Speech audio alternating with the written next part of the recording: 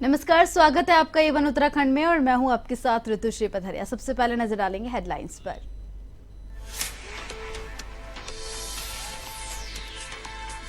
लोकसभा चुनाव के बाद भी सियासी पारा तेज, राजनेताओं की छुट्टियों पर उठे सवाल। भाजपा और कांग्रेस के नेताओं में जारी जुबानी जंग।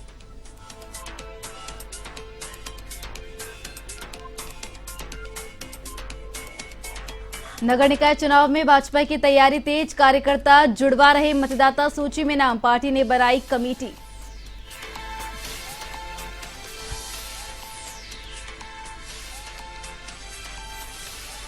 केजरीवाल की जमानत पर कार्यकर्ताओं ने जताई खुशी, कहा सत्य की हुई जीत, बीजेपी पर लगाया षड्यंत्र का आरोप।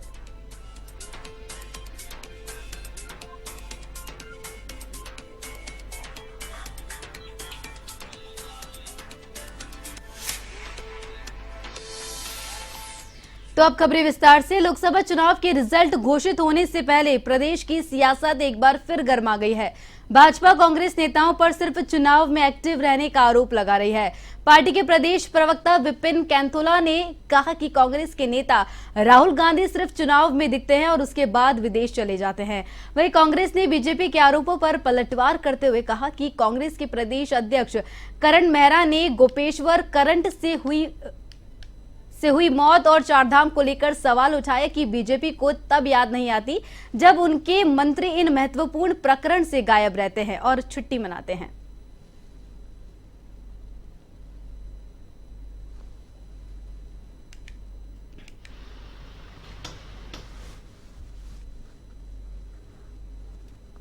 कांग्रेस के जो युवराज हैं वो खुद ही राजनीतिक पर्यटन करने आते हैं। चुनाव में देखा होगा उनके जो राहुल गांधी हैं वो चुनाव में दिखते हैं और उसके बाद विदेश चले जाते हैं नानी की छुट्टियां मनाने। ऐसे ही यहाँ के अध्यक्ष भी जो हैं वो कहीं छुट्टियां मनाने चले गए।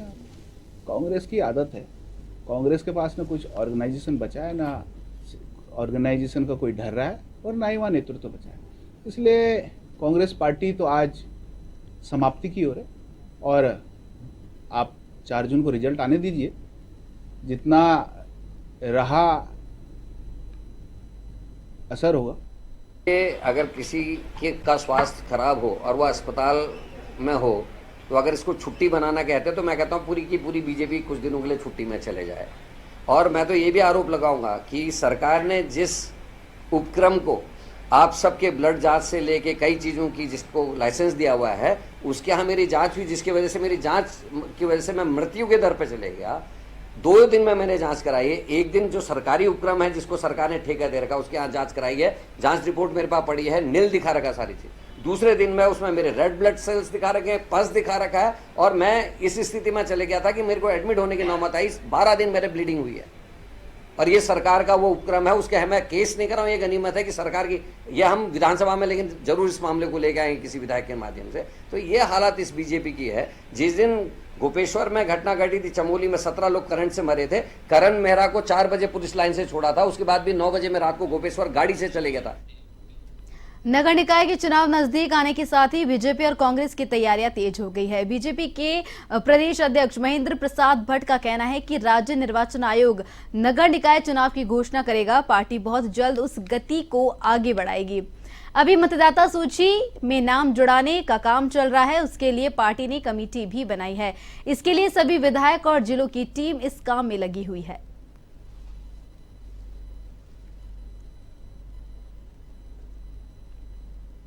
जब भी राज्य निर्वाचन आयोग चुनाव को डिक्लेयर करेगा हम बहुत जल्दी अपनी गति को उसमें आगे बढ़ाएंगे। अभी मतदाता सूची में सब नाम जुड़ जाएं, उसके लिए हमने कमेटी बनाई हुई है और हमारे सब जिले की टीम, हमारे सारे विधायक इस सब काम में लगे हुए हैं। आज हर व्यक्ति का मतदान हो जाए, मतदाता सूची दुरुस्त हो जाए, कोई व्यक्ति मतदान से बचे नहीं, उसकी सूची में नाम दर्ज है, इसकी हमारे प्रथम पक्ष में उस कार्यक्रम को लिया है। वो कार्यक्रम हमारा चल रहा है। अरविंद केजरीवाल को अंतरिम जमानत मिलने पर आम आदमी पार्टी के कार्यकर्ताओं ने एक दूसरे को लड्डू खिलाकर खुशी जाहिर की। पार्टी के जिला अध्यक्ष सुभाष व्यापारी के नेतृत्व में दर्जनों कार्यकर्ताओं ने एक दूसरे को मिठाई खिलाई। जिला अध्यक्ष सुभाष व्यापारी ने कहा कि सत्य की जीत हुई है।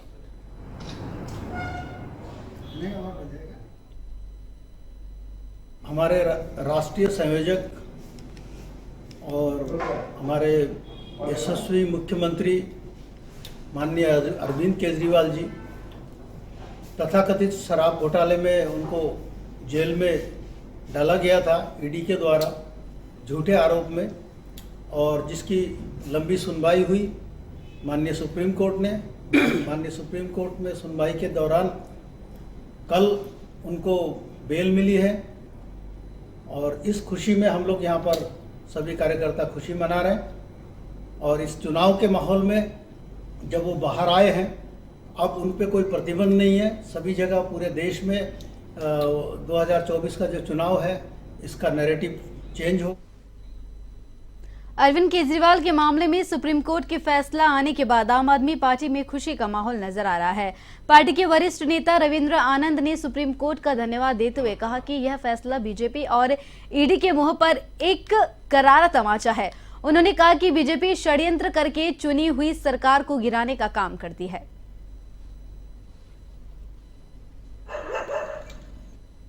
माननीय उच्चतम न्यायालय द्वारा ये जो राहत दी गई है, इससे आम आदमी पार्टी के कार्यकर्ताओं में और पूरे देश के जो समर्थक हैं आम आदमी पार्टी के, जो जनता है, जो जनता ये जानती थी कि ईडी के द्वारा षड्यंत्र करके भारतीय जनता पार्टी ने दिल्ली के मुख्यमंत्री को, चुनी हुई सरकार को चोट पहुंचाने के लिए केजरीवाल जी को जेल में डालने का जो काम किया, ये भारतीय जनता पार्टी और ईडी के मुंह पर एक करारा तमाचा है। मुझे लगता है कि जो संविधान है और हमारे देश की जो सर्वोच्च न्यायालय है, उसने यह जतला दिया है कि सर्वोच्च न्यायालय ही सर्वोच्च है, ना कि जो मुझे लगता है तथाकथित जो भारतीय जनता पार्टी अपने आप को सर्वोच्च समझते हुए षड्यंत्र के तहत जिस प्रकार चुनी हुई सरकारें गिराने का काम करती है, चुने हुए जनप्रतिनिधियों को, मुख्यमंत्रियों को जेल में डालने का काम। उत्तराखंड एसटीएफ ने चारधाम यात्रा के लिए हेलीकॉप्टर और होटल बुकिंग के नाम पर लोगों से फर्जीवाड़ा कर रही 16 फर्जी वेबसाइट को बंद कराया है। एसएसपी एसटीएफ आयुष अग्रवाल ने बताया कि साइबर फ्रॉड लगातार बढ़ता जा रहा है। चारधाम यात्रा के दौरान बड़ी संख्या में साइबर अपराधी हेली सेवा होटल के नाम पर फर्जी वेबसाइट बनाकर लोगों से ठगी कर रहे हैं। ऐसी सूचना मिलने पर एसटीएफ ने अब तक 16 फर्जी वेबसाइट बंद की है। उन्होंने लोगों से केदारनाथ के लिए हेली सेवा बुकिंग कराने के लिए अधिकृत IRCTC की वेबसाइट से ही बुकिंग कराने की अपील की है।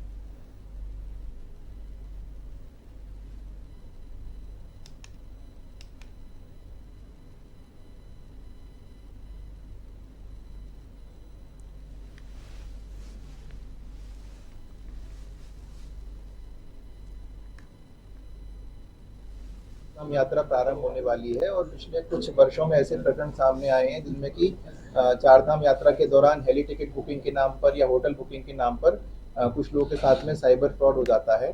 इस बार भी कुछ शिकायतें इस प्रकार की प्राप्त हुई थी, तो उस पर कार्रवाई करते हुए अभी तक हमारे द्वारा 16 वेबसाइट ऐसी बंद कराई गई हैं जो कि फर्जी वेबसाइट्स थी और फर्जी टिकट्स लोगों को देने का क्लेम कर रही थी। इसके साथ ही कई सारे फेसबुक पर या इंस्टाग्राम पर भी एडवर्टीजमेंट मिल जाते हैं जहाँ पर कि वो लोग क्लेम करते हैं कि वो केदारनाथ धाम के लिए हेली टिकट देंगे। तो ऐसे सभी लिंक्स पर भी हमारे द्वारा कार्रवाई की जा रही है। गणमान्य व्यक्तियों के साथ शराब पीकर अभद्रता के मामले में उधम सिंह नगर के एसएसपी मंजुनाथ टीसी ने जसपुर कोतवाली की पतरामपुर चौकी इंचार्ज सहित 2 सिपाही को सस्पेंड कर दिया है। दोराहा चौकी में तैनात एक सिपाही को भी सस्पेंड किया गया है। मामला जसपुर कोतवाली के अंतर्गत पतरामपुर पुलिस चौकी के हेड का है, जहां क्षेत्र में 2 पक्ष में हुई मारपीट के मामले में जानकारी लेने पहुंचे गणमान्य व्यक्तियों के साथ पुलिस कर्मियों ने अभद्रता की थी। चौकी इंचार्ज संदीप शर्मा, सिपाही सचिन और अनिल और दोराहा चौकी में तैनात सिपाही सुभाष चौधरी को शराब के नशे में चौकी पहुंचने पर सस्पेंड किया। बहुत ही दुर्भाग्यपूर्ण और एक है हमको जसपुर थाना क्षेत्र का पतरापुर चौकी में एक मतलब 2 कर्मचारीगण ड्यूटी पर तैनात थे। एक सूचना आई 112 में कि 2 पक्षों में मारपीट हो गया। उस पर एक पक्ष के एक आदमी ने डंडे से दूसरे आदमी का जो है हाथ पैर पे और थोड़ा सा खोपड़ी पे मारपीट कर दिया, जिससे उसको चोट लग गया। ठीक है, परंतु उसके बाद जो है जो भी वो पक्ष है, दूसरा पक्ष है, उनके साथ बदसलूकी करता है, बदतमीजी करता है और बहुत ज्यादा हॉट टॉक और इस प्रकार की बदसलूकी जानकारी में आया। वन विभाग की टीम ने उधम सिंह नगर के खटीमा में सुरई वन रेंज की लोड संख्या 59 से एक ट्रैक्टर ट्रॉली में क्षमता से अधिक माल पकड़ा। टीम ने ट्रैक्टर ट्रॉली में रवन्ने पर 9 नग साल में लट्ठे की आड़ में लाई जा रही 21 लट्ठों को पकड़कर वन विभाग परिसर में खड़ा कर दिया। लोहिया हेड बैरियर पर चेकिंग के दौरान एक ट्रैक्टर ट्रॉली में वन निगम से लाई जा रही लकड़ी के रवन्ने में 9 लट्ठे दर्ज पाए गए। एसडीओ संचिता वर्मा और वन रेंज अधिकारी महेश चंद्र जोशी के जांच करने पर 21 साल के लट्ठे पाए गए हैं, जो सुरई वन रेंज की लठ संख्या से लाया गया था और टनकपुर डिपो ले जा रहे थे।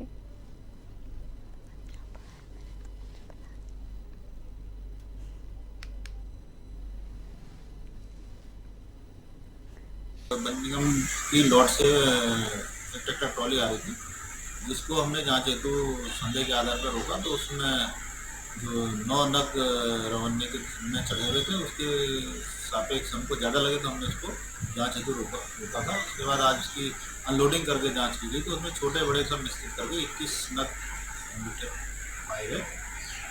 और ये किन कारणों से इसमें लट्ठे बढ़े इसकी जाँच निगम की लोड से और उससे। सूखे ने जरूर असर डाला हो, लेकिन भीमताल झील से कई गांव पर खतरा मंडरा रहा है।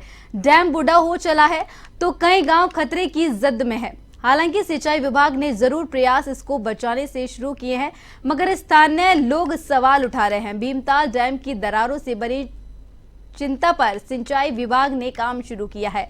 खतरे की जद में पहुंचे झील के डैम पर सिंचाई विभाग को रिपोर्ट और इसकी डीपीआर तैयार कर शासन को भेजी जानी है। दरअसल 1882 में बने इस डैम में अपनी उम्र पूरी कर ली है। अगर भीमताल के इस डैम पर जल्द काम नहीं हुआ तो संकट हल्द्वानी तक है। समस्या को पहले भी तमाम हम मंचों पर उठाते रहते हैं और उसके बाद सिंचाई विभाग द्वारा इस पर कुछ कार्य योजना भी बनाई गई और पिछले 1 आध महीने इस पर कुछ काम भी हुआ, परंतु 1 महीने से जिस तरीके से यहाँ कोई भी काम नहीं हो पा रहा है।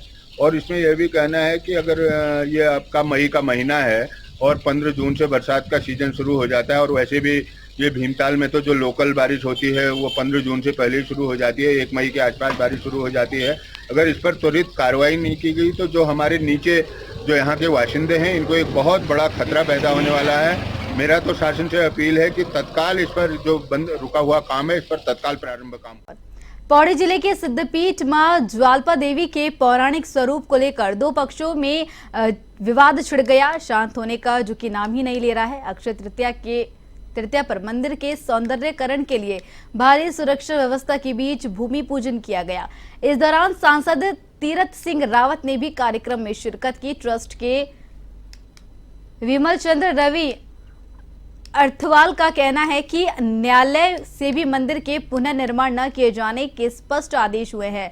वहीं दूसरी ओर पूजा समिति ज्वाल्पा देवी के अध्यक्ष सतीश चंद्र अर्थवाल का कहना है कि मंदिर के मूल स्वरूप से कोई छेड़छाड़ नहीं की जा रही है, बल्कि मंदिर का ब्रह्म स्वरूप के सौंदर्यकरण को लेकर भूमि पूजन किया जा रहा है।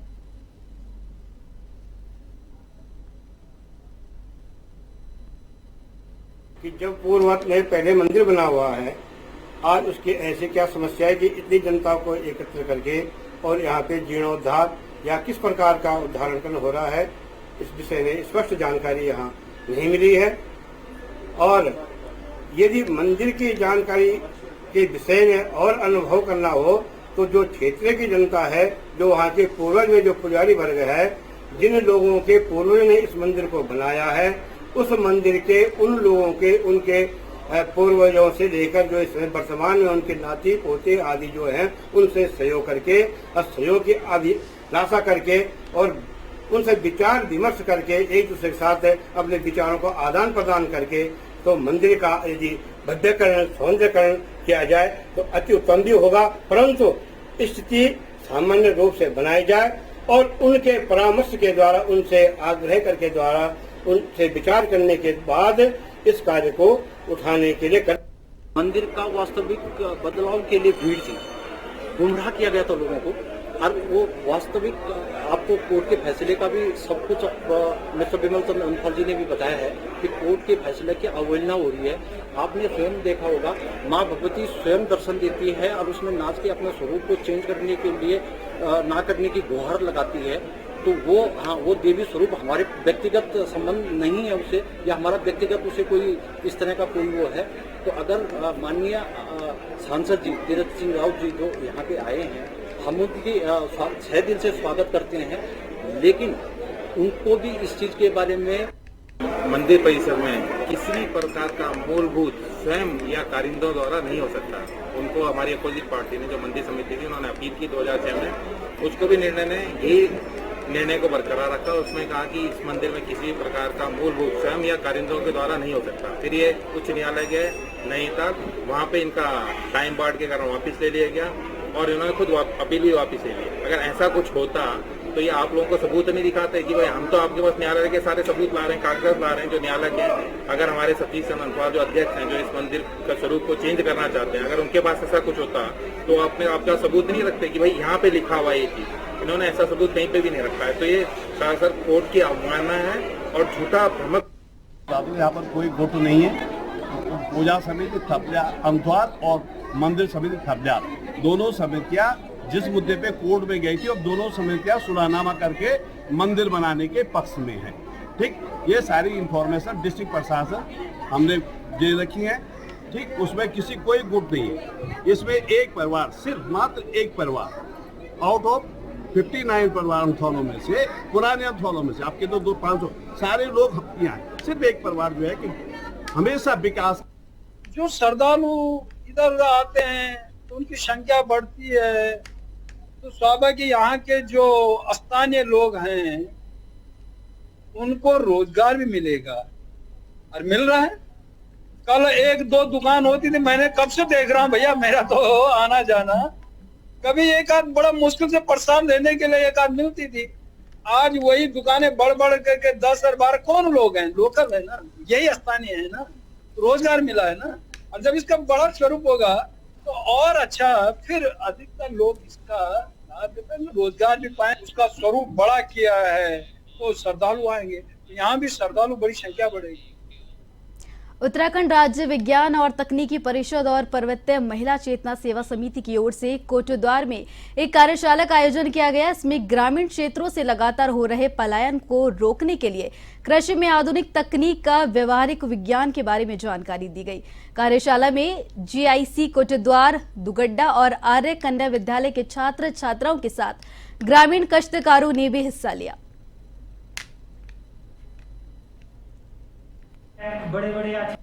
ग्रामीण जीवन का जैसे है, तो उसमें हमें ये देखना है कि पहले केस में हमारे ग्रामीण जीवन कैसा था, अब साइंस आ गई है, नई तकनीकें आ गई हैं, हमारा ग्रामीण जीवन कैसे हो गया है, शहरों में किस तरह से हम अपने बच्चों को, अपने परिवार को इस नई जो साइंस की तकनीकी है उस तरह से हम आगे बढ़ाएं।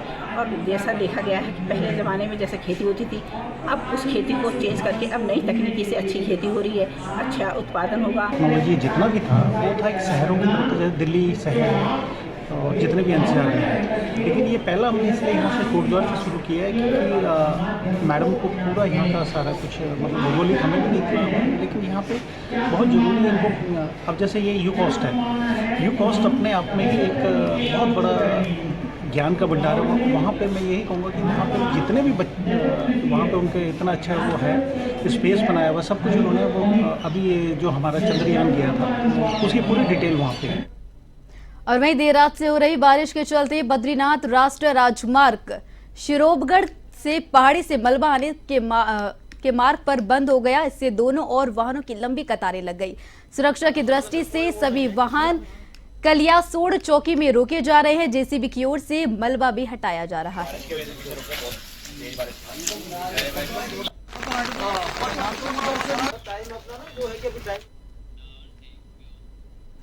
स्वच्छ भारत मिशन के तहत शहर और गांवों को स्वच्छ रखने के लिए तरह तरह के प्रयास किए जा रहे हैं। स्कूलों से लेकर गांव-गांव में शौचालय भी बनाकर जागरूकता के प्रयास किए जा रहे हैं।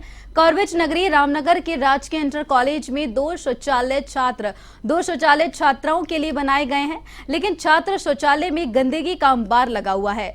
डिकूली के प्रधानाचार्य ने कहा कि शौचालय की सफाई व्यवस्था की शिकायत उच्च अधिकारियों से की गई है।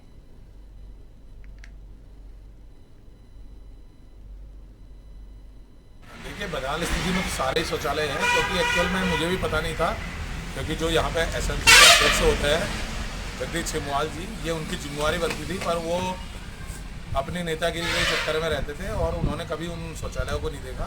तो अभी ये चुनाव हुए थे, चुनाव के दिन क्या हुआ कि रामनगर तहसील से मेरे पे रात को 11 बजे फ़ोन आता है कि भाई वहाँ पे न तो पानी है न शौचालय की कोई व्यवस्था है।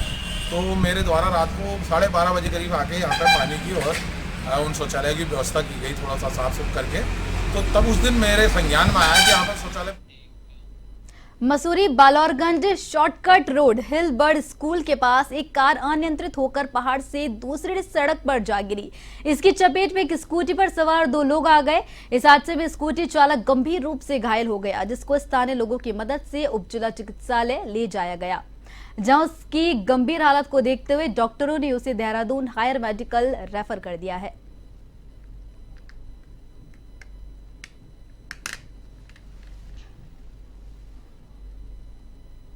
आ रहे थे तो यहाँ पे बताया गया जो गाड़ी वाले हैं ये नीचे से ऊपर की तरफ जा रहे हैं, प्ले स्कूल जा रहे होंगे शायद, ये टीचर भी हैं। तो ऊपर से जब इस तरफ इन्होंने यहाँ पे से टर्न लिया तो ऊपर से एक गाड़ी आ रही थी, गाड़ी को बचाने के इन्होंने स्पीड में जैसे इधर को काटी गाड़ी, तो वहाँ पे देखो वहाँ पैराफिट तो है नहीं, तो वहाँ पे एक स्कूटी वाला भी खड़ा था। तो हड़बड़ाहट में क्या होता है कि एक्सीटर में पैर चले गया होगा शायद, तो गाड़ी डिसबैलेंस होकर इस तरफ आ गई, यहाँ पे पैराफिट तो है नहीं। तो एवन उत्तराखंड में मेरे साथ इतना ही। देश दुनिया की तमाम और अहम खबरों के लिए बने रहिए एवन टीवी के साथ। नमस्कार।